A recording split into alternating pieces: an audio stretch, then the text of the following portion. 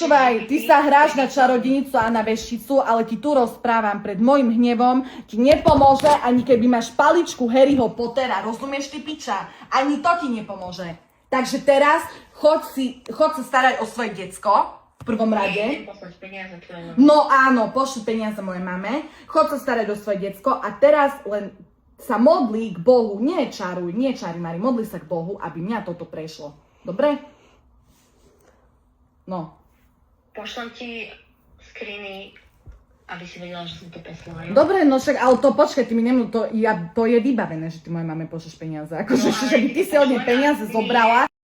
No a zoberte si, že táto žena má 36 rokov, hej, táto tučná puchra zhnitá, 5-korunová, z Osenca, či z jakej piči to je, má doma decko, má proste manžela a táto puchra 10 hodín denne streamuje na TikToku, vypisuje si s chlapmi a posiela im svoje zešľahané chlpaté cecky a svoju nechutnú tlstú buchtu. A doma jej reve decko a tá piča miesto to, aby sa starala o svoje decko, tak celý deň čučí na Telegrame, na TikToku a neviem ešte na čom a vo voľnom čase sa hrá na čarodejnicu, hej, a nič iné nerieši tá piča už 3 roky, len mňa. Ona bola môj fan a počas farmy sa votrela mojej mame, hej, mojej mame a z mojej mamy zákerne ťaha informácie 2 roky, aby tá súka mohla čo rozprávať na Telegrame, rozširovať veci cez fejkové profily, aby jej pár debilných pič tlieskalo.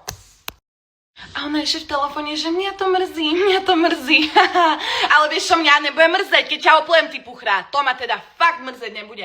Normálne sociálku na takéto matere. Sociálku za prvé a tá puchra si ešte adoptovala nejaké dieťa, hej.